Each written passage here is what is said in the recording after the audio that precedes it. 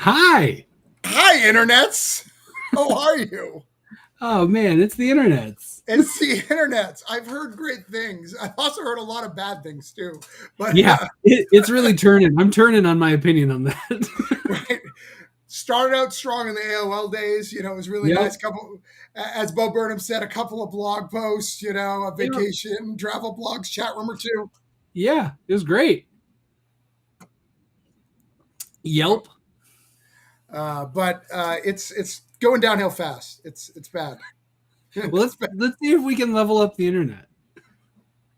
We may need to tonight. We may need to. But before Because we do that, what? because the name of the show is Comic book level up. Time to level up, Todd. Time to Level Up.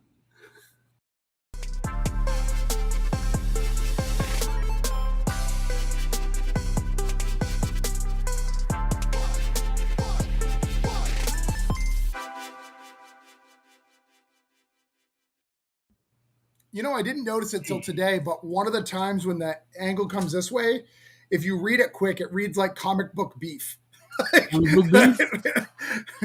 We only air our grievances on this channel. Yeah, that's what we do. That's the B side. Right. So, good comic week. Probably Yeah. because Coins of Judas 2 came out, but there was other books too that I heard were. Was there? There were other books? I only read that 14 times. So I read. It's nice. I read that Nightwing 101. That's it. Yeah, that was it. That's what you need this week. Which was really Teen Titans #1, is what I've decided. It's good. It was great. I loved it. But lots of good stuff. Todd, you're leaving already. You already peed and got a drink, and he's already abandoned me. Guys, Right here. If you're in the comment, please let us know that you're here. Oh, you're getting your stack. Well, I was just going to grab a specific. I got 14 copies of Coins and Judas. That's why there's so many books there. Did you really buy 14 copies? No. Oh. I'm not crazy. There is other things. Coins and Judas. There it is. There it is. Yay! I got the A cover because I asked for the B cover. I think they put it on the shelf, and I think it's gone. Well, yeah. I mean, it's a good cover. It was a great. The B cover is super cool too. I don't have it yet because I haven't got my comps, so hopefully I'll get it. She-Hulk, that was really good this week. That came out too. That's really good. Did you read it? Uh-huh. The art quality I felt was super down though. That must be a new artist or something. I don't know. Really? I guess look at these fancy Coins of Judas I got. It's just different. Ooh. Such fancy. And one shiny. They're also, it is funny that you said, given our guest, it's funny that there isn't any other books that came out this week. What, like this one? Oh, hey, yeah. I was like, there might have been another book that came out. Yeah. It was weird. It was some weird things happen. I mean, some weird things happen every issue of this book. I would say it's weird because the other ones were so not weird. So it was weird that this one was so weird. I think we should talk to that guy who we have in the that guy. Yeah. He seems you want to nice. talk to speaking of that guy is one of my favorite comic book creators. Yeah. He's probably the one that out of my YouTubing career, I've talked to maybe the most. He's right up there in top amounts outside of you. Right. Well, do you think that before he comes on, yeah, I have a question, and this only stays between you and me. Nobody else. Sure. Yeah, no one else. Do you think that his name Doug Wagner is a pen name because he loves Nightcrawler so much, and it's just his real Kurt Wagner? Yes. Me too. I believe it's all front. Yeah, right. That makes sense. Yeah, Gibb is not my last name. I'm just a huge Bee Gees fan. Everyone knows that. Obviously, and that's why you love that joke so much. Right, I love it. But do you got one of those fancy intros for Doug? You know what? Let me see if I can dig one out. All right, see, make it real quick on the interwebs. Push the button. Yeah.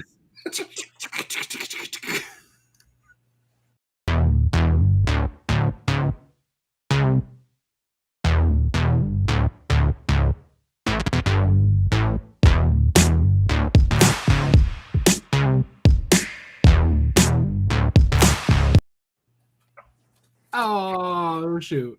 It's Doug Wagner. How are you, Doug? Hey, guys. How's it going? Good. happy to have you on here. I apologize. We have to banter. Todd, what do you drink? Oh, it's my go-to Kirkland Special Citra Hop Session IPA. If I can't decide what to drink, this is what I grab. It looked a lot like Mountain Dew. So. Oh no, no caffeine for me. Only highly nutritious drinks. Caffeine will kill you. Yeah.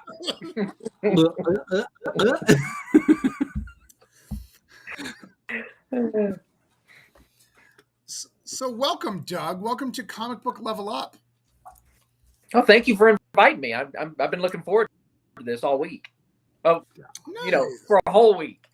I was like, that's funny. I like that. That's my favorite line. So Sunday he was super excited about it, and half of today. Yep. Yes. But yeah, we've been. So before we get started and like go deep dive into your career, I wanted to tell you a little story about you. So you did a little podcast here in Brevard County. I think it was for Plastic or Ride when it came back around the second time. And Jonathan Hendrick was there. He had never written a comic. He had never picked up a pen. And now the guy is a workhorse. I mean, the guy does tons of stuff. He puts out more books than me, which is annoying. Because he started way behind me. I mean, he doesn't put a lot more books than me, but it's like by like one or two, just enough to annoy me, right? Not enough to like surpass me, just being like, I work one more hard than you, you know? But it was all because of that one conversation with you. And I've heard that a couple of times. Aaron, I can't think of his last name, but Aaron really looks up to you. A lot of people really look up to you in the industry as a mentor and as a creator, and I think that that's awesome.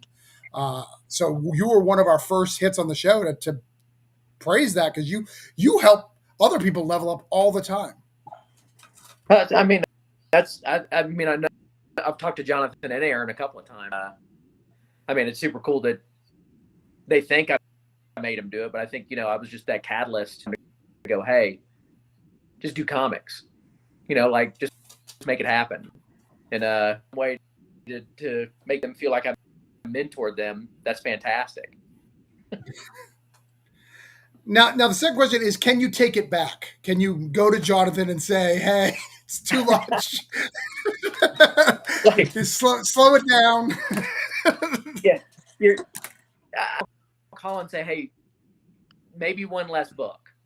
Right. One less. That's all I ask. Just one less. That's all. And I put out a good amount of books. Like, it's not going to slow them down that much.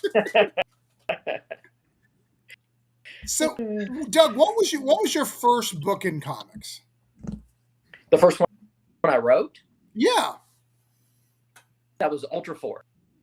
I believe it was Ultra Force. Number 4. What is 4? Yep, there it is. Yep. Wow. What? Malibu and the black, that was at the Marvel, like, hey, we're going to use these characters with a little Black Knight on it. Yeah. They, that's right after Marvel had bought them. They wanted to kind of like to help Malibu sell more comics. Marvel brought in a couple of characters and said, hey, Ultra Force, and hopefully that'll move more copies, kind of thing. Were you part of the Malibu like family prior to the Marvel split, or no? Like making deals behind the table? At that point, I went to high school with, believe it or not. He was doing firearm and on a super team for a really long time, and we pitched to Malibu, and so I'd already written like the first issue. We were getting ready to get started on that. Malibu was like, hey, while you're working on this, how about we throw you some Ultra Force? So this was the first of 4 that I was supposed to write. Unfortunately, Marvel closed or my miniseries came out. Classic. So one thing I got to do one book, Ultra Force Wow. number 4. Well, that's funny, really funny. So Roland Mann, do you know Roland Mann, the editor? Like Roland Mann I do. is in Florida, and we table next to each other all the time.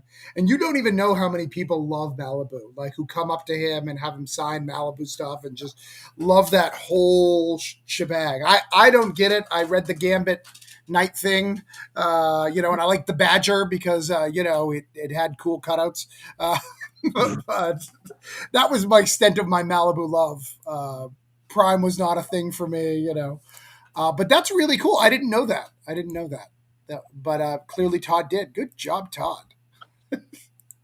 Deep dive. Yep. So I assume this next. So what was your second book? Well, that's where there's a jump. So Okay. once Good. Mark, Like, there should be a gap. yeah, Yeah, you got to get that Marvel came in, Malibu stink. once they pulled the rug out from under me on that one, like, I was pretty young. I was 25 at that point. Like, I was like, wow, I had all this coming out. I had all this stuff set up. Like, there's like every editor I knew was no longer going to be in comics. I was back to ground zero. Right. And so, took that kind of hard for a bit. Like I kind of like disappeared for a little bit. And then, believe it or not, was The Ride, which came out in 2014. Oh no, 2004. So that was kind of like he was the president of 12 Gauge. He and I were friends for a long time. We ran comic book stores together. And he and I would sit down, and I'm sure you guys do the same thing when you're sitting around, if I was running Marvel or if I was running in DC, I do this. And if finally just can't remember which one of us said it, but one of us said, it's time to put up or shut up. Let's make a comic. We just said, let's, at this point, it's like, I don't need permission. Let's go do it. And Adam Hughes and Brian Stelfreeze and these kind of guys that I'd been friends with for years. And they're like, yeah, we're in. And so just, as luck would have it, that's nice. But yeah, The Ride was the very next one. And that was probably a 10 between the two, between Ultra Force and The Ride. So, quite a bit of time. Yeah. A pretty big gap in the middle there. Yeah. Yeah, I mean, that's very similar to me. Like, I did comics early on from like 2003 to 2007, and then I didn't do it again until 2018. So I am right there with you. Question for you about 12 Gauge, though. Did they do a couple of small things before Image? Like, they tried to get like their feet wet like early? Because I remember 12 Gauge, the logo specifically, in Atlanta. I did a couple shows in Atlanta and got a few ash cans. Like, one of them was like trench coats, cigarettes, and something. And I remember specifically the 12 Gauge logo on it. I'm trying to remember what. No, I mean, 12 Gauge didn't do anything. Okay. But I think there was a couple of like sketchbooks. There was a couple Kevin tinkered with putting out. Okay. That kind of came out during the same time. Okay. So that's probably what you saw. Yeah, maybe. I mean, I love comics. I go to a lot of cons my whole life anyway, so I could have seen it anywhere. But I don't trust my memory because of this, probably.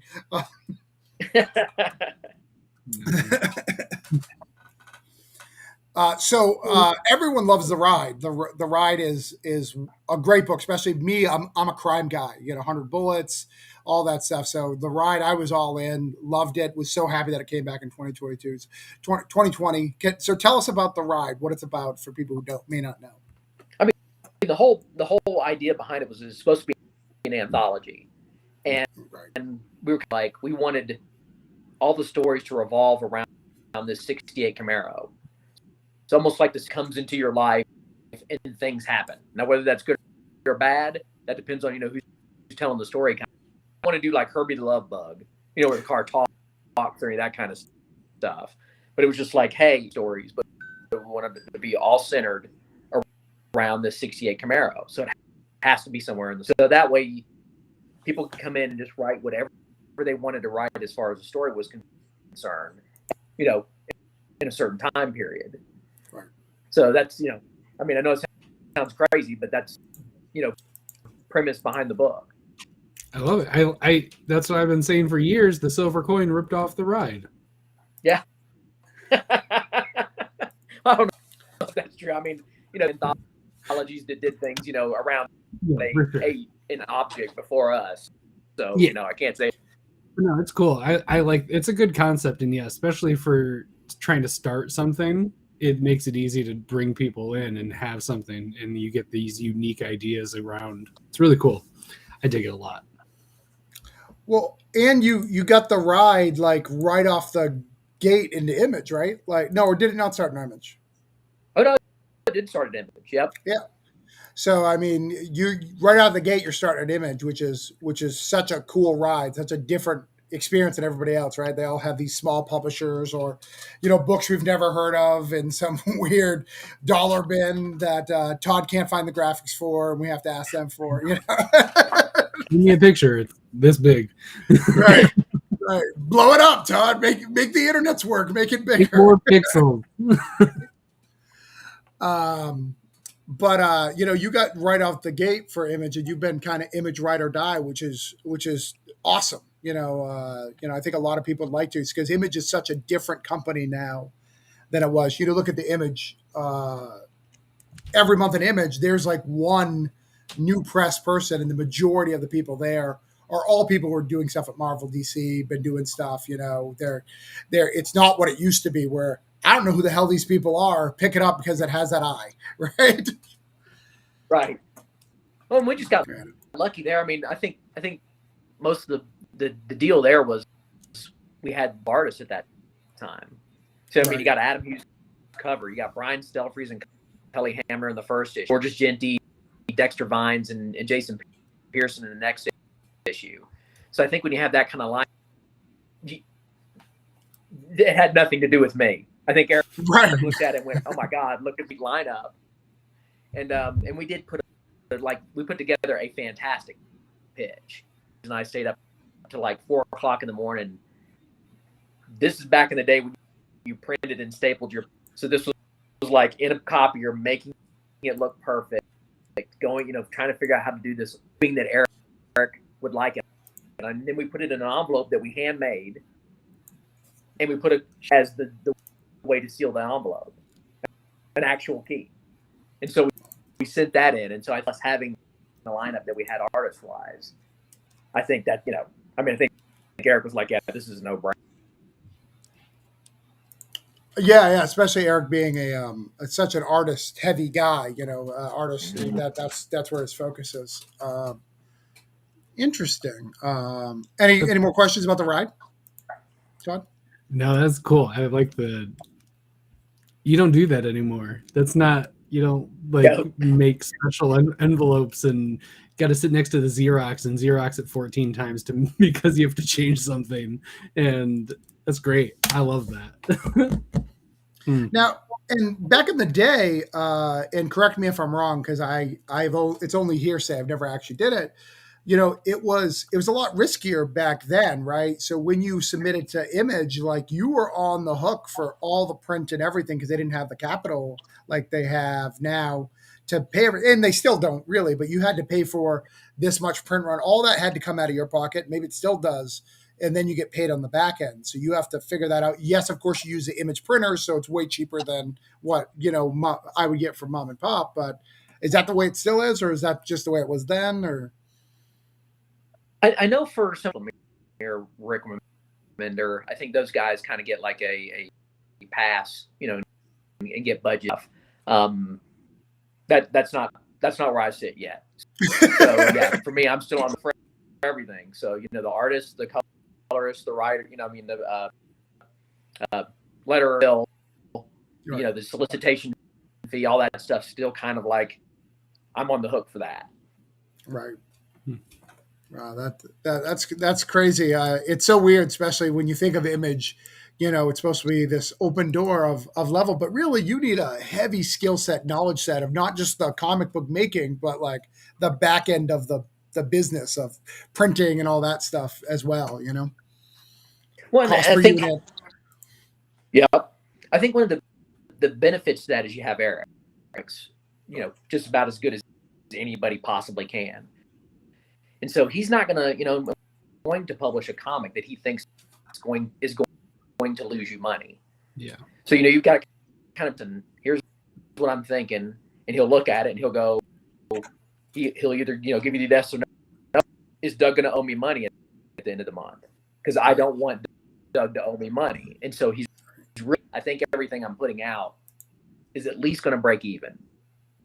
Right. And so that, to me, at the end of the month going, hey, Doug, sorry, you didn't make enough money. You owe me $3,000. I got artists and other people I got to pay. I don't have enough money left over for that. So, there for Eric. And that's why it's like a lot of people are like, well, I don't understand why he doesn't approve everything. And I'm like, because he doesn't want to be sending everybody a bill at the end of the month. Right. And I think Image has learned over the years the exact amount of books that they can put out that people will buy, because there's comic stores that will buy everything of I, right? Everything of I. If you put too many of those out, they'll stop buying all the things with the I on it. So let's reduce it so everyone gets everything with the I. Yep. Some of them do better than others ones with the I, but they'll all be in the shop. So interesting. So from there, you did a whole bunch of little things, right? You've got the Witchblade Red Sonja, you've got the Arkham Origins, or was there stuff in between that I'm missing? Well, there was a ton of stuff that was DC custom. Okay. So obviously Witchblade Red Sonja wasn't, but DC custom, I did. What was fun about that is I got to work with like the NFL, the CW Network, like all these. Now nobody ever hears of it, right? Like, hey, you did a comic in a cereal box. So yeah, like that was fun. Did you? But yeah, yep, there it is. Yeah, you laugh. We're making a joke about it, but I was listening to a Josh Williams thing, and he loves them. Like he would do them now. Yeah, he loves them. He said it was his favorite part of his career. He had because all the regular pressures of DC was just stressing about. They're like, here's some cereal box stuff. Can you do this like on your hiatus? Because he was gonna quit. And he's like, oh, this is what I love about comics. I love this idea too. I think it's great and worthwhile, and that's why I grabbed this, because I'm like, if he doesn't mention it, I'm going to ask about it, because I'm really curious. It's got to be different. The process has to be different for a serial comic box than something that's on the comic book shelves, right? Like, at least in terms of like what you're doing with it. Yeah, I mean, it's got to be a self-contained story, right? To make sure that like they want it to be accessible for anyone. So like if you're picking up your pod to enjoy it just as much as like the 5-year-old that picked it up. And so like you got to try to make it smart but not too smart. Those kind of things. And in violence you got to be a little bit more cautious than you would be saying regular. What was funny about that one is I think at that time they printed 10 million of those. Bleeding Cool picked up the story when they found out, because they were like, the number one comic at 1 million, but Justice League cereal sold 10 million copies. Like That's great. Now the sad part is I don't get commission on those copies, of course, but there was a ton of stuff like Witchblade Red Sonja, obviously did, like you said, Arkham Origins, The Dark Knight, right. World of Warcraft Bloodsworn, which was all kind of coming through DC Custom. And so I worked for them for about 10 years. Found everything. Yeah. Yeah, look at that. Yeah, Todd gets all the graphics. He finds them, he goes on the internet, hunts them all down. So yeah. How was that for you? Like, was it just, hey, this is a writing gig, or was it like frustrating because you're like, I want to get to DC proper? Like, or were you just kind of like, this is where I'm at, this is the way it's going to be? Like, what was your thought process in that? Now that's kind of, you're back doing more creator owned stuff. Where were you at head wise? I mean, there were, obviously, right? So like, what was great about it is it was regular work. I think into this, Doug can deliver quickly and it'll be decent. Had really tight deadlines, and then you had like a lot of editors, like tons of editors. World of Warcraft, at that point, you had like 4 different editors all giving you notes. Right.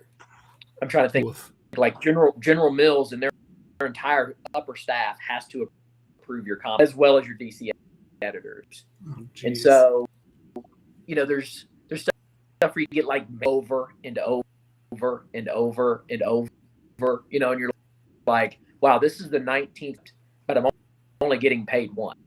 Right. Oof. Yeah. So W stuff, which I loved because it was so much fun, like working with the Arrow and Flash TV show stuff.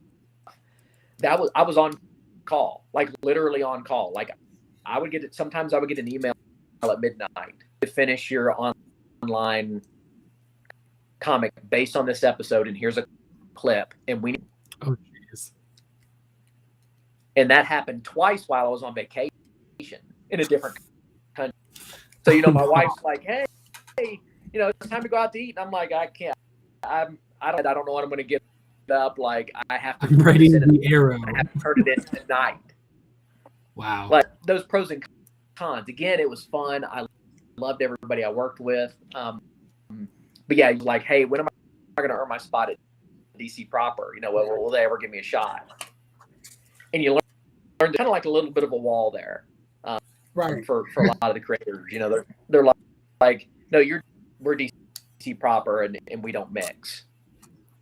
Right. And so that part I'm always delivering on time. I do everything you guys tell me. Why can't I? Give me a shot at what you've got. Like I would just want a shot at doing a regular book. I'm like, nope, you're DC cut. And so yeah, it was frustrating, but at the same time, like they employed me for almost 10 years doing. So, I mean, I can't. They paid me well. They gave me some really cool projects. I got to work with Man of Steel. Right. So I'm getting notes back from Zach. And you're just like, oh yeah, and what I'm going to do is, I was writing the National Guard because money into the Superman movie or the Man of Steel movie. And so they wanted a comic where Superman together, just a simple one issue, kind of like, hey, this is, recruiting tool kind of thing. It was like, just so you can never say that Superman likes anybody in the National Guard. He hates. And I'm like, but I'm supposed to write a thing. Like, that works. And he's like, nope, it can't work that way. And I'd put in the classic because I had put in the classic, like, him.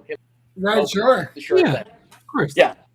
And Zack Snyder was like, Superman, no. And I'm like, that's Superman. Like, so there was things out of now. Back then, you're like, what? Like, how am I supposed to like write a story about Superman and at the same time they can't like each other, or Superman can't like the National Guard? Respect.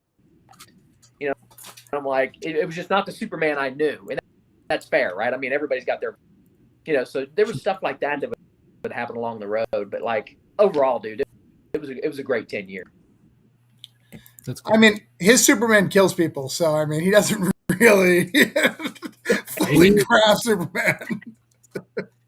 Right? Batman has guns. What? Yeah. Okay, buddy. You may know a friend of mine, Stefan Nielsen. Do you know him? He does some stuff at Aftershock, or used to. He was in the Arrow crew. He was doing some Arrow stuff, and he was doing the Justice League Unlimited, like the cartoon book, Right. And very similar story to you. He's like, it was really good when I got the Unlimited stuff because I could really put something in there that I care. Loved Guy Gardner. So he's like, I use Guy Gardner, and nobody's going to care. But he was very happy about it, Todd. Yeah. I do not want to ever talk or meet this person. Stefan, you're out. Yeah, I'm out. I don't even know if you've read it. Have you read The Pound? That may be before you started collecting comics. The Pound, it was an image book that did okay. The Pound? The Pound. Nope. Okay. I mean, I've been reading and collecting comics for 25 years. It was still. I'm just saying, I just didn't read that. Before my time, I just didn't read that. Before our time is irrelevant. I heard you like Guy Gardner. So I didn't read it. Yeah. You're out. Yep, that's it. So you do 10 years. You do your 10. You serve your time. You do your dime. You got to do your dime at DC. Right. And then you come back. Was it the ride, the hard place next, or was the plastic next? I think plastic came out before the. Plastic was August 2017. Hard Place was November 2017. Okay. They were really close. Yep. Well, I think both of them, like, I think the Hard Place was done. Sure. But done. So and for you, yeah. So it's Hard Place with Nick for a while. And then, Daniel and I had come up with, loved it, and wanted to lead with that one. So we did Plastic first, and then followed it with the Hard Place. So was your original plan for Plastic to be one and done? Did you want it to be an ongoing? Did you want to do the vinyl and all the other stuff that you did first? Or was it really just doing one and done? Honestly, yeah, it was kind of a one and done because we didn't think he'd do comics again. So, love it. Loved it. I feel that. Yeah. Well, that's probably it.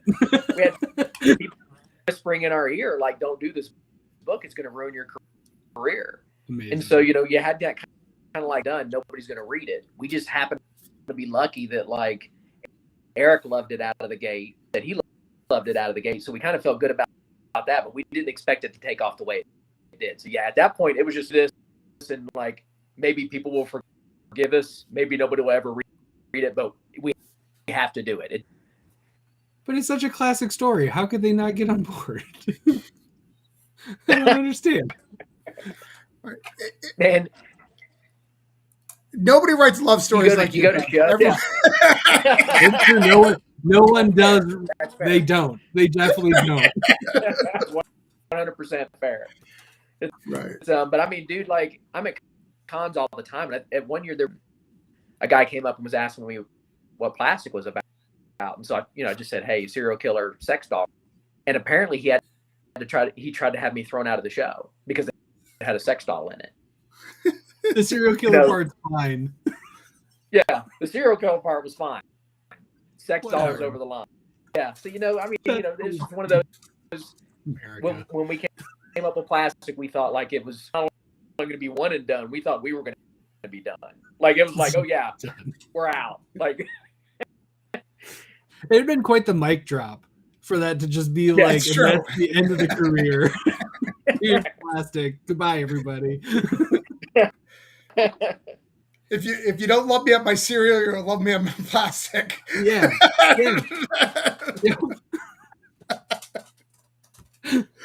Love it. And then you're doing the ride. So the ride was trying to save your career, not the ride. The Hard Place. The Hard Place was like, hey, I can still do crime stuff. Please don't judge me for the Plastic. Yeah, pretty much. Yeah. I don't just do sex dolls, okay? I do other stuff.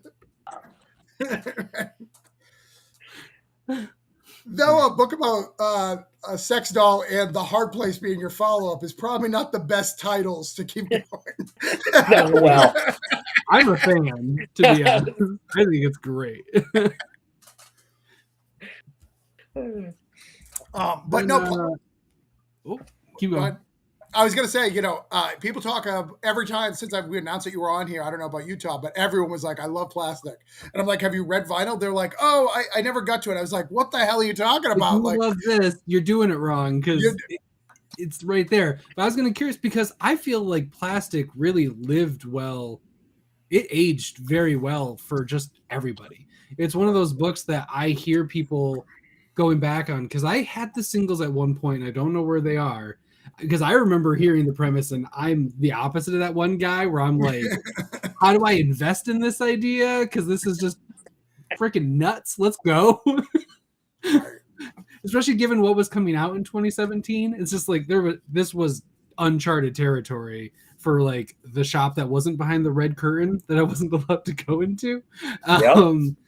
And I feel like it's aged really well. I feel like people still glom out. Do you still have people mentioning plastic a lot to you and like saying like they just read it or like it just seems like it's got legs even 6 years gone? Yeah, I mean, you guys will understand this when you create something you don't know how it's going to do, right? You don't, you're something. Plastic is still hands down my best-selling book at every show. Every single show to people who have never heard of it. So, I don't understand, but it seems to, continue to do well, and people seem to still like it. That, I mean, we poured our heart into it. You just hope something sticks, and you poured a lot into it. I would say there's way more than heart, but there's a lot of heart. There's a lot of body parts. Let's go back to the hard place and let's continue on the plastic universe because it became a universe with vinyl. PU.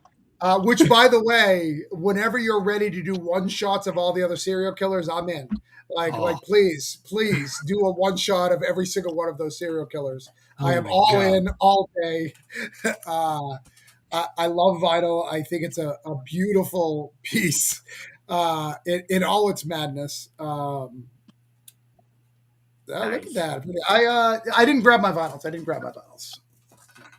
And oh my god! And if you're a cover person and didn't get it, I really don't understand because the wraparound and wonderful. Like you can tell there was a lot of care put into the presentation on these books because I don't know how you see this and go like that's something I can skip this week.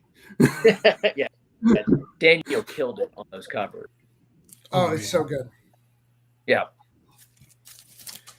Well, I think I blocked it because I had to rearrange, but because there it is. You can see it right there on my wall. Oh, there it is. Nice. I think photography. I have a big printer, so I do dumb things like use all my ink on comic book covers I love. I think vinyl was a very good piece. I think it was a lot of fun, and it definitely showcases. So one of the things in my prior marriage, my ex-wife loved Dexter, and I could never get behind it because I've read so many comics. Like the good guy serial killer, like that means nothing to me, right? Like you're never going to inspire me with that. I've read The Punisher; it's fine. So that insight didn't get to me, but seeing this and the heart you put into even these characters who, spoiler alert, some of them don't last very long. Like you could tell the detail and love for those characters. And I have never, there's very few books in the modern age where I'm just like, I need to know more about this universe. Because I read vinyl before plastic. So I was like, oh, Plastic of the Universe. I was like, oh, well, that's sad. That's there's none of these guys there. It's just in, love and consent. Like you could see the connection, but it's not like like in your face, right? But it has been wild. And then Plush. So the real question for Plush is, do you have an affinity more for furries or for cannibals? Like what really resonates to you? What really spoke to you? Oh man, I mean that's a tough one. That's a 50-50 to me. Like I mean, it's all fascinating to me. And I mean, it's funny because I had the idea for the furry part first, and I couldn't necessarily figure out how to make it work and for me. and a friend who's actually writing a historical cannibalism. And the second he said it to me, I went, "Oh shit, that's the guy has to be." There You it know, is. thinking about these giant heads, you know, and like and involving cannibal goes together. And so it was just like one of those magical like moments where you're like, oh, you know, like this is the way it should be. I love the romanticizing of figuring out like how to bring this plot together, like this magic moment, and then plush. And I love it. It's so good, and it's oh man, it's such a Wagner book, which is a high compliment because it is weird and different than anything else. There's no one's you're not reading anything else like plush. Right. You're just not. It's different, and that's what one of my favorite things about comics is something different, and it fits your theme super well, and I very much enjoy it. And the art is great. Oh my goodness. Yeah, Daniel, Rico, and the whole team that I work in the design on the book and stuff. I mean, they're all fantastic, and they're all easy to work with. What's great is everybody comes to the table without their egos, and so we can talk about stuff, you know, and go, hey, this is, we can throw stuff up and see if people like it, and if they don't, and that's the kind of creative collaboration that like I just love. That's cool. You know, like I went through like probably 2 weeks solid of every day talking about the logo we wanted to do and what would work. And so like having somebody that you can bounce that off of and go, what we need, and she go, okay, well let's take a step back and figure this out. It was like exciting, and that's the whole team. Like Rico was great. You know, I've known him for years. Like we grew up before we were in comics. That's and cool. So, you know, getting a chance to work together and just like, you know, Daniel's got a note on this, and he's like, yeah, I'll fix it. No problem. You know, and so like the whole team. That's awesome. What was the process of, because between plastic and vinyl, there's a gap. Pretty big gap. Right. Vinyl and plush, like a year, 2 years? Yeah. The last 3 years are basically a blur. They're really close. What was it just a lack of like you having like that idea, or was it just not trying and just be thinking like plastic's behind me, I'm moving forward, and then like vinyl hit you across the head? What got, because all of a sudden now it feels like it's like, oh, we got the trilogy. I don't want to stop at a trilogy. Now you're rolling. Yeah. Let's keep going. I mean, it goes back to what Travis was saying, asking me earlier, like, you know, was plastic supposed to be a one and done? So after it had done so well, I went and I actually flew to Port with Eric, and I was like, what? We didn't expect this. What should we do next? Actually, Eric's idea of going, you should do a material trilogy. He goes, I don't think you should do a follow 3 separate stories that are loosely connected, but you don't have to read one to, like, you know. And I was like, okay. And, you know, and we kind of threw around some different, you know, names, but those, of course. And I had an idea for serial killers for quite some time. It just had never come, you know, as we, you know, you guys know, like when you're crazy, and sometimes you have to like let it sit in the crock pot for a while. Mm-hmm. And I was like, I got this idea. Like, I'd heard this song one time, and one of the lines was kind of like, you know, you don't necessarily call the people you think you'd call when you're in trouble. Who would you call? Like if you're needing to bury a body, who would you call? Hopefully your best friend has some morals. Right. Who's that guy you'll call that'll help tell him, like, hell yeah, I'll help you bury your body. Do we need to chop it up? You know, like who do you call whole Justice League of serial killers, and like Walter, and like who would he call it? You know, and I was like, yeah, he'd call fellow serial killers. Like of course you would. The gap was like trying to figure out, like, we'd done plastic, and as you know, we did the ride burning Desire in between. As we're working out the ride Burning Desire, which, you know, Daniel and I, we take about 8 months to 9 months to do a mini. Then we moved on to vinyl. And so it was just one of those, like, that's why there's a gap more so in with Plush. So, like, once we were done with vinyl, we had already started Plush. Nice. So you said trilogy. Does that mean we're not seeing anything else from this world, or you see if something pops up? Yeah, Todd didn't hear anything you said the minute you broke his heart. As soon as we said that, I was like, compartmentalize, put it in the back of your head, don't interrupt. Well, that's when we came up with the idea for the gym, nobody's going to let us do this. Like, sure. You know, you're like okay, we'll do that. Like, people are going to kick us out of the country kind of thing. And, but it's done. Weird as I am. So, like, we're going to continue doing these weird serial killer books until people tell us they don't like them anymore. So colorful and beautiful and terrible. Yeah. Cool. Yay. Yeah. Well, I'll pitch in as much as you need to keep them pumping out. I appreciate it. Well, one of your strengths as a writer that's through all your work is you are probably one of the best in comics at character moments. You know, at little character moments that aren't important, but really define a character, like in Plush when they're talking about, hey, you're doing this really nasty thing. And then she gets upset and runs off. And the guy's like, you're a dick.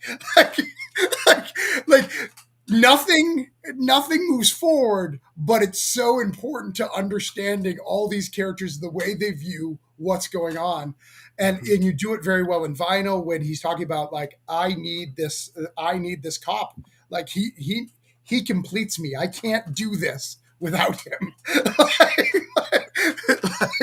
And you do it through all your work. And I honestly think you're one of the best in the business, because a lot of people you have probably one per issue, where most people do it one per arc, where they can get that one little moment, and you pull it off once an issue. And I think that you should be really applauded for that, because it's a skill that I think more people can learn in comics, because they skip that character at a moment. They don't take that beat because they don't want that page space, because they want to move on to the next thing, right? The next action part, the next part of it. They don't take that part. And I really appreciate that you do. And I think it's one of the reasons why your books do so well. Oh, thanks, man. I mean, and I do that because it is important to me. Like, those are the parts of shows and comics that I enjoy. Like, to this day, to find when Captain America puts that broken shield back on his arm and starts walking toward die, and then hears a voice, is one of the best moments in any movie, and nothing's really happening, right? It's just him going, you know what? If I'm but it tells the whole story with just that. Yeah, just that. Saying anything, he's like, you can tell he's like, I'm about to die horribly out on my terms.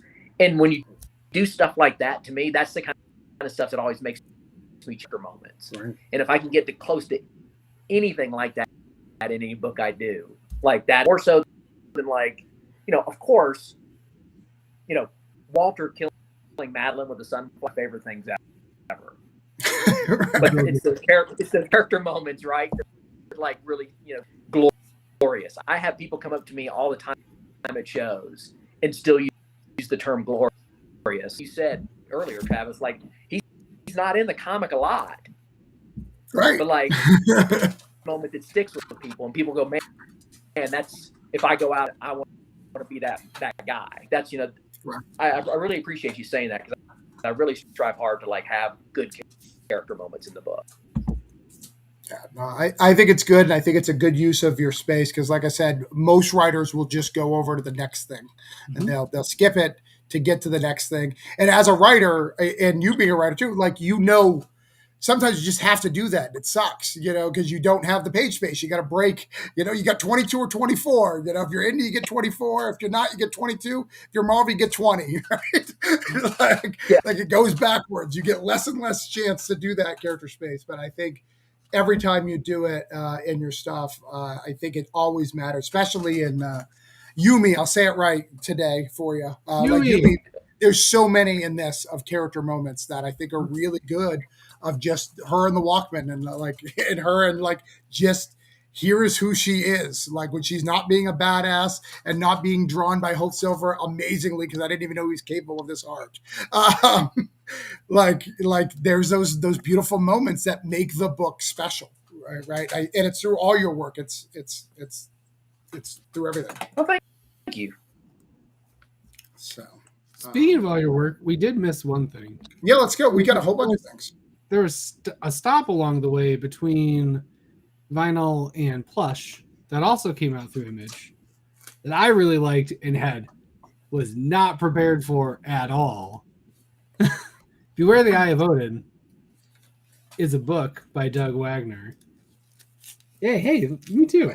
Yeah, I couldn't find my fourth one today. I don't know where it is. See, I got all four. I finished it. I read it. I just don't know where it is. Yeah, I read all four of them because I really liked it. But it's definitely not. I didn't read the synopsis. I didn't do anything. I was just like, Doug Wagner's on an Image book. Just put out my polls. That's all I need. And I was pleasantly surprised because I'm a big Norse mythology fan, not like Stoney Williams, big fan, but I like it. And your take is amazing. What was where did this come from? Yeah, that's an interesting tale. Tim and I always kind of laugh about it. He and I met. Ryan Otley had a drink and draw in Salt Lake, and so that's where I met Tim. And Tim and I are talking, and we realized we live like 2 minutes from each other. Well, hey, dude, if you're going to continue to come to these things, why don't we carpool and save cash? And Tim and I started carpooling. We figured out we like a lot of the same thing. Like if you talk to Tim, Ray are always a big thing for him. Us both talking about our childhood and those kind of things, and we just loved them. And then we started meeting once a week at a Taco Bell, comics. And then one day we're in the middle of this lunch, and he's like, I'm like, hell yeah, I want to do a comic together. And I was like, but I have no idea what fits your style. Just Vikings. I mean, just like that, just as quick as you could say that. And I was like, I'm in. And so we were going to do a web comic, and that's we just started doing this thing that was supposed to be a 40 until we got carried away. It ended up being almost 200 pages. But it was just Tim and I, man. I mean, it was just like two guys who love comics. We didn't have it. It wasn't like, hey, let's put a pitch together. We just wanted to make a comic, and so we did. And the story behind how Eric got involved is kind of funny too. He went to this tiny, and Tim had just moved to Minnesota and took some of the pages because Eric was doing, and Eric's going through these, and he goes, I love this. What is this? I do it through Image. And Tim's like, yeah, I would love to do it through Image. But and Tim goes, it's Doug Wagner. He goes, I know Doug Wagner. And so none of this, right? I wake up Monday morning and open my email, and I got an email from Eric, and I'll put the Viking book. And I'm like, how? How do you know? And so are you going through my stuff, man? What's happening? Exactly. It's like, are you on? And so from that point forward, it was like, yeah, now it's an Image book. And so, it's everything involved in that was just luck, right? I mean, it's just, Tim and I each other and starting a carpool, somehow liking each other enough to start having lunch once a week. Yeah. I mean, it was just one of those special books, and it was a blast to write. Tim's another one when he comes to the table, and he's really easy to work with. So that's all. It's great, and it's super fun. It's not what I expected at all, but it's great, and it's a really interesting read. If none of the things that we've already talked about appealed, this is all right, try this one. running the gamut. I also love the juxtaposition of like your first like image pitch where you're like Xeroxing and you're making special envelopes, and then this one you literally like just trip and fall by just living, and you wake up to an email with it. That's amazing. I love it. Like the serendipity versus like the intense grind. That's really cool. I a lot of times when I'm talking generation of creators, and because we of everything so social media, I think they forget to get out of the house. Yeah. And yes, there's that point of yes, you're going, but at the same time, like this doesn't happen if Tim and I don't leave the house. If Tim and I don't go with strangers once a week, and Tim goes and has the guts, because this is a small show to show his portfolio to somebody like Eric Stevenson. No one like you're not ready. You need to do some more work. And so going there and then having that other happen is like you've got to go experience life. Otherwise, these kind of things don't happen. That's really cool. Yeah, man, level up, go outside. Yeah. So I have a couple of questions about this book, which is interesting. So what was it, a page count thing that you redid the last page, or was it a throwback to the old Marvel and DC, like Chuck Dixon days when he would do that? Like Chuck Dixon on the early Nightwing would end on one page. That would be the front of the page number one. I did it in my first book, Broke Down in 40 Bodies, but that was literally because I was cheap. I was like, I get one fucking free page. That was my logic. I was like, one free page, I'll take it. So what was the thought of that, the process on that? Honestly, when we did it, we were thinking webtoons. We were just going to release it online. So there wasn't really any thought behind like chapter breaks or any continuous ongoing story. So when Eric came to us and said, I want to do 4 issues, we were like, we don't have chapter breaks. And so like, as we're doing it, going, well, there's no easy way to like break this and then make it still work in the next issue. It was just because we didn't build those in, right, that I went, you know what, let's go over into the new ones that the story flows better. You're not just like, I picked up issue why I'm in the middle of this scene. Like, so that was just crazy. We didn't plan for there to be issues, and now we got to figure it out. There you go. Yeah. Yeah. I mean, and it's only going to really upset the people who waited to read it, right? They bought all 4 and waited till it was done, because the trade, I assume you're going to take all that out because it's unnecessary, right? You're just going to go straight through. That'd be really funny to have 2 pages that are like, oh, why are these all misprinted? Dang. So, because it was super interesting. I remember sitting there, I was like, why would like, Matt's been doing this a long time. Like I would see that in a Kickstarter book appear. Like, why would he do that? Unless he's throwing back to, maybe I didn't read enough Thor when I was a kid, and this is a Thor throwback. Like, he's a deep cutter. Overthinking it. Like, now, you don't know Kirby Thor, motherfucker. Like, if you know Kirby Thor. Jeez. Be a better Marvel fan, man. Right? Yeah. Well, it's funny because Tim did come, like Tim's first idea was like, what if look like, kind of Marvel style, and we take a page or 2 and I went, I'm not gonna lie to you, I never read those. Like, I just, I think most people are like me. So like, if we put like a whole page of text that happened in the previous issue, I think people aren't going to like it. And so this was just a happy accident. Nice. Yeah, the big text for miniseries is tough. I like it for like Spider-Man because I'm like, where was I? I haven't read this in 6 months, and like, what's happening? Cool. Thanks for the lowdown. I think this is a good way to handle it here. And then in trade, no one will know because they're reading it like the webcomic would have been. It's all at once. So their bookmark is the chapter break. And then it's on them. Yeah. Also, for someone who's leveling up, I will tell you, it worked very well for Broke Down. It got you a page every time. It's really good. Unlike that, Doug, I would actually change the lettering. so I wouldn't keep the same lettering. Like it'd be different lettering on the next one, but it got you free pages. So, is it? That's I ignored it. I'm pretty sure I skipped over it each time, and I didn't realize that you changed the lettering on it. Yeah, I changed the lettering on it's a different. It's slightly like 1 second further, right? So the dialogue may be slightly different. Or whatever. Yeah, we gave you like an extra thing. I mean, that's the beautiful thing about comics, right? Comics is one of the few mediums where we can dictate how long something reads, right? Like most of your books, Doug, are super fast because there's some objective or they're running from some of this.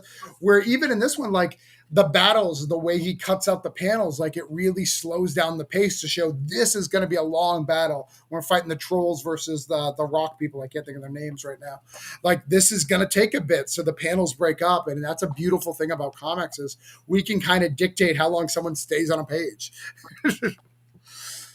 Yeah, about the whole this medium is so amazing, and it's for us to still discover as far as storytelling, and it's little things can change a whole page.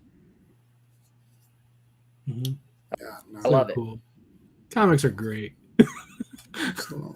they're the best. And Blu-ray the Ioden's really cool. I really dig it. It's weird. It's definitely it's Wagner on Image. It's weird, but it's somehow the mythology one feels more grounded weird. I think it's because mythology is already weird, so it's like this just fits because mythology is just cracked. Like mythology is just a wild ride, so it really fits well. Where it's just like, yeah, of course this is strange. It's like, yeah, and it was really cool. I dug it, and I'm assuming it's done. Yeah, I mean, Tim. Unless Tim, he's got a lot of stuff going on. Obviously more Vikings yeah, he's a guy that takes care of the kids, so it's tough for him to find the time.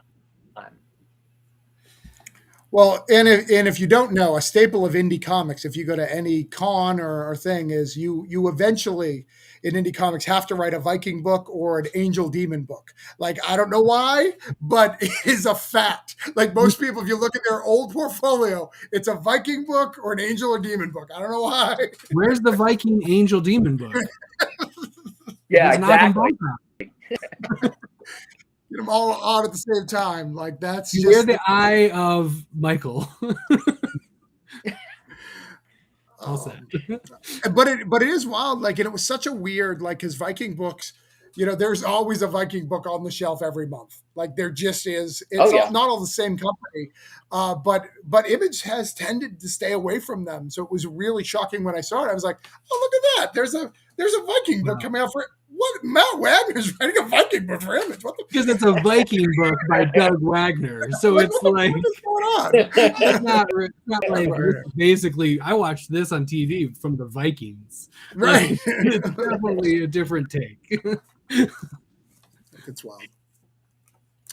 But I think we've gone over your career. Is there anything you want to talk else that you may have missed, Doug? What did we miss? I missed something? Not that I know of. Yeah, I think we covered. If you pull up the cereal box comic, I think we've dug as deep as we can get. Yeah, that's to say we're digging as deep as we can. There's nothing left. What was your favorite? Did you get a box of cereal like for free? They're like, here's your Fruit Loops. Your comp? Oh no, dude, no comps. No pallet? No pallet of cereal showing up? Dude, we went. My wife wanted all of them, right? So there was 4 of them. So Laura's would buy multiple boxes of cereal that we did not eat, and just open it up, see what comics we had, and go, well, what about the Walmart in Heber? Let's drive to a different store and get different boxes of cereal. Amazing. These were clearly on the same pallet, so they're all the same one. We have to go somewhere else. Yeah, you gotta go dig it. It's like when people wait for the cards to show up, you gotta get from different boxes. Yeah. Oh man, that's great. / sad. I was really hoping to hear like a semi backed up to your house and you just got a pallet of General Mills cereal. I wish. Because what's cool is her family is like really supportive. of me writing comics. So the problem is when you don't get free ones and they're a box of cereal. Right. I've only got 3 and we've got 6 people that want one. Get in the car. We're going back to the grocery store. We're getting the cereal. Yeah, it's like we got, copy. I wonder, I never thought about it. I wonder if back in the He-Man days, remember, those were kind of random too. Like, did they have to grab random action figures? Like, oh no, I didn't get it. There's another $8 action figure. Oh, man. It's like me with Bazooka. Man, trying to collect all of those. I ate so much bubble gum and then realized that's a waste of time. Yeah. My wife collects Garbage Pail Kids, and it is ridiculous. Nice. That whole thing. So it's a scam. So they have the base set, and then they have a set that's like, this has a blue border. This has a green border. This has a red border, but you only get like 1 per box. So it's like impossible to get the blue, red, and gold. But if you got enough effing money, you can get them all. Or it's insane, which my wife is in the middle. She hasn't fully somewhere between. Right. So it is wild. I'm like, you're buying the same card. Like you get the joke one time, the name of the kid, the picture, that's it. Like, you don't need the red and the. It is funny coming from a comic book writer who puts out a bunch of variants. Right. It's like, it literally is just like, the book's the same, but I'm still buying A and B for some reason because they're cool. It looks really cool. I need both covers. I need the Frizen and the A. I feel very judged by these comments, Todd, and I think we need to. I'm judging myself. I literally do. I get Poison Ivy every month. Is A in cardstock. I don't know why. It's pretty. It doesn't do anything for me. My store has been really bad at getting cover A's for DC if you don't ask for them. So they're all the variants, and I love logos. Like, for some reason, like, without the logo, I stress out. I'm like, you can't just say it on the side. I need the logo. I need it. I don't care for virgins. They just default to the cardstock? Yeah, because they sell more of the B's and stuff, so they do more B's than they do A. It's very the difference. stressful. That's weird. We're A heavy. Yes, especially Lazarus Pit. Like, I'm like, these covers are great, but I want that cool Lazarus Pit logo. It is a cool logo. And they're all one-shots, which makes it just fun for me. I don't even know what's going on. Like, I keep buying them. I was like, I don't think these are connected. You're lying. Hopefully you kept them in order because you're not going to know how to read them. That's my issue. It's all one-shots. It's like, what order do I put them all in the box? What do I do? All right. We've gone through all your stuff. So we have 4 questions to ask you that we ask every guest. These are the 4 questions. Again, thank you so much for leveling up with us and giving some advice. I think you've given some great stuff on how image works and talking about your career and where you've got here. But we're going to ask you 4 questions that we ask everybody. So are you ready for them? I'm ready. All right. So the first one, what do you think makes you particular, Doug Wagner, stand out in the comics market? Whew. It always comes weird. I think I'm weirder than most people. And I think embracing that, it took me a while to embrace that because it was one of those things where it kept me out of the industry because I was so weird. And now it seems like it's the thing I should have been doing the whole time. Yeah. Embrace my weird. And I'm looking for uniqueness and weirdness at all times. And so I think that's what I love it. I literally at the last for the last Plush issue when I do videos at my comic book shop for them. I do that for them. And when we went over Plush, I was just like, Doug Wagner and Image, name a weirder combo, and you can't. It's like, it's the best. Get it and just move it along because it's just like, yeah, it's great and perfect. Yeah, no. Yeah. Are you going to be doing a lot of furry conventions in the future to really speak to that audience, or God, I hope so. And I love it. Nice. Like I it's what I love about comic book conventions, even like horror conventions, because I've been to a couple of those, is is there because they love something. Right. And it seems like everybody encourages you to love, and in a furry convention, it's like, be whoever you want to be. And that, again, me being the weird guy, like, they're like, yeah, be weird. You can be weird, cool. We love you for being weird. And dude, I mean, the furry community's one of the strong, be you. Yeah, absolutely. That makes sense. Yep, that checks out. Yeah, amazing. So you spoke of maybe you should have been doing this the whole time. Our second question: what kept you going? What keeps you going when things aren't going your way? When you have those big gaps when all of a sudden every connection that you had in the comic industry is just gone and dissolves almost overnight, or like you put something out that you don't have all the faith in or think that your career is going to keep going in the trajectory you want to. When you've hit those moments, and when you even have just like the daily battles of like, what am I doing to myself? What keeps you going through that? Dude, it is the love of storytelling. I love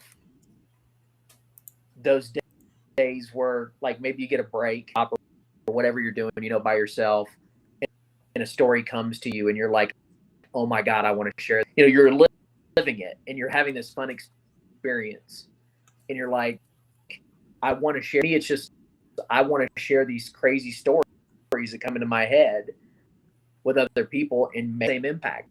I think we talked about this last time I was here. Like, in a lot of ways, I feel like the stuff I wouldn't have been for comics, I might not have made it out, kind of thing. Maybe I'm thinking, maybe there's somebody out there that's just as weird as me that needs to see, hey, wait a minute, I'm not, so like that like storytelling and this desperation to tell story, me going the whole time. I've tried to walk away so many times, and like after a couple of years, and the next thing I know, I'm sitting at a typewriter going, oh yeah, let me type up the new one, and so it's just a thing.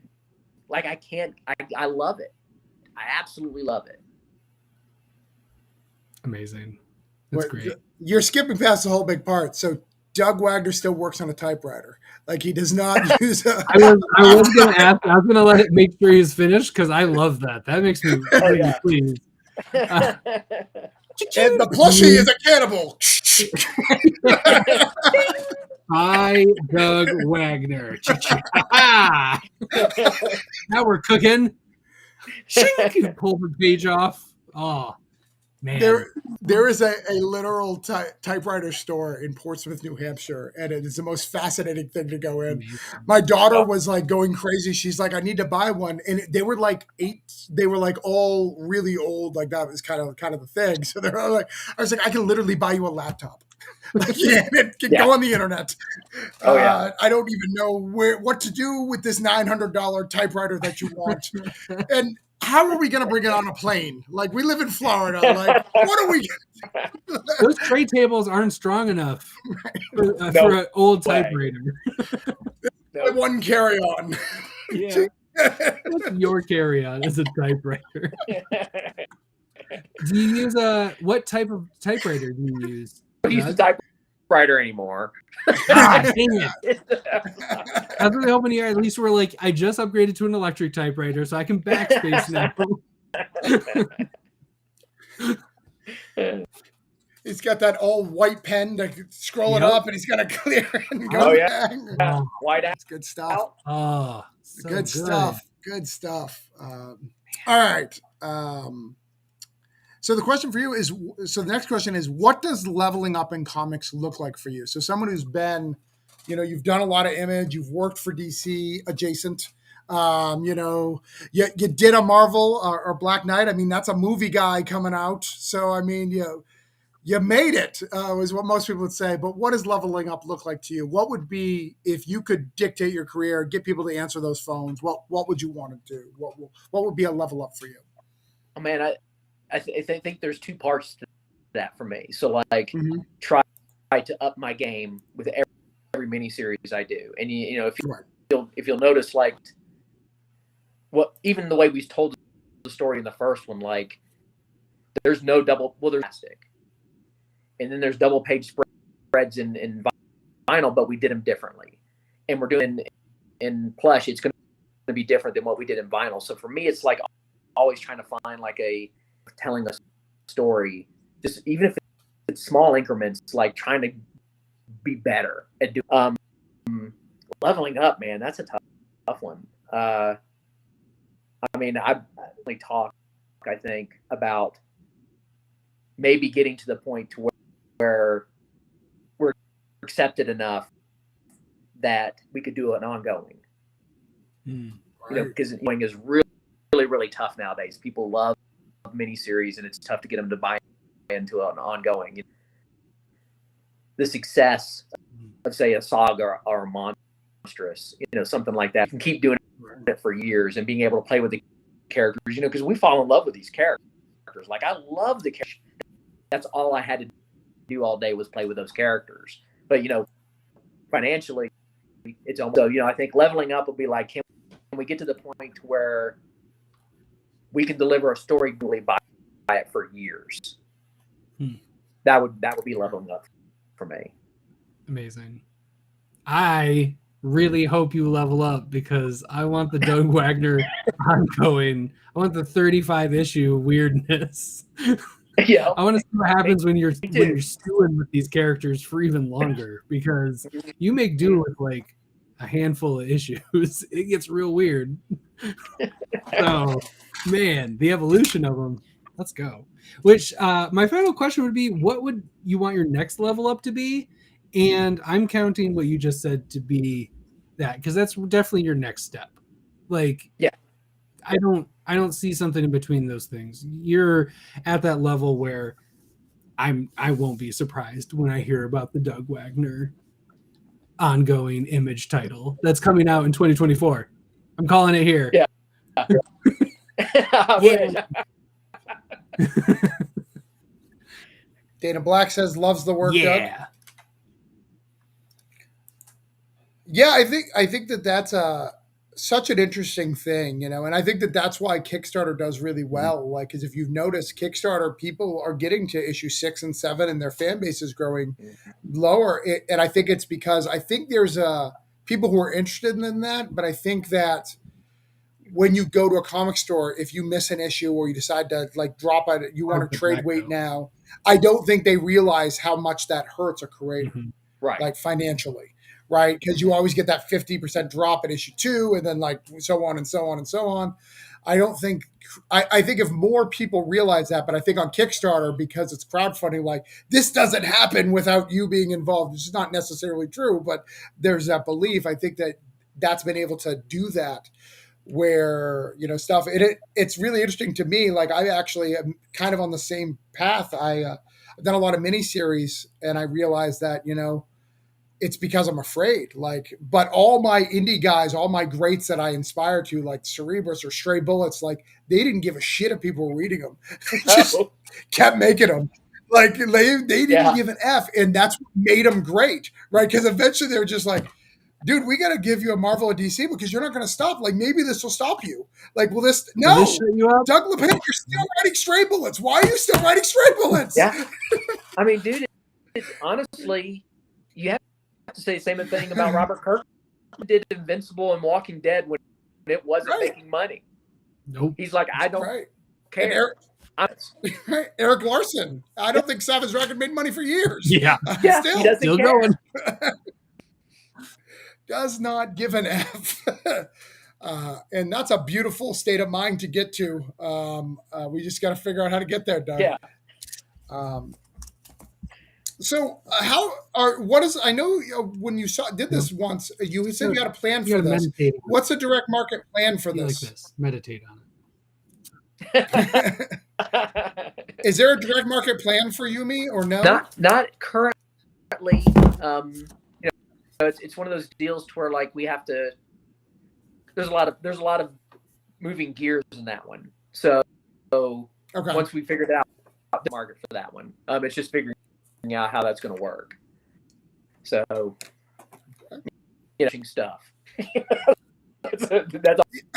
just think I'd love to have more people read it because I think it's a lot of fun. I think it's Hoyt Silva's best work because I love Hoyt. I love a lot of his art, but I think that you brought out something in him and you showed his range in this just by what you did.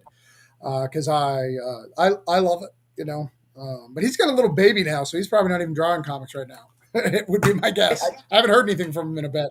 Yeah, I think he posted online that like he was taking a break for a while, just to that's his top priority right now. He just doesn't have the time. You know what I mean? Dude, at 1 or 2 or 3 years old, I'm right.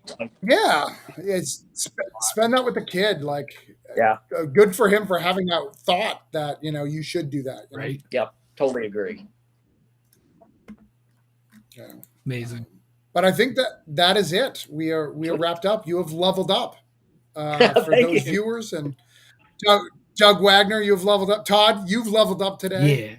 Yeah, I level up every time I talk to Doug. I went down a level, but that's because of other things I did this week. It's not your fault. Yeah, it's not the show's fault. Right, it's not the show's fault. I've been struggling to level up all week. It's only Monday though. I mean, we've got a full I say you've already de-leveled. That's rough, man. Sorry. Right. I mean, Doug's been looking forward to this all week, and it's Monday, so that's the week's shot. But thank you for coming on. We appreciate you, Doug. We will see you guys again in 2 weeks with mystery guests. Yes, mystery guest. So that'll be on the 13th of March and the 27th. So we'll have another one on those dates. So be excited. It's going to be exciting. Thanks a lot. Bye. Bye.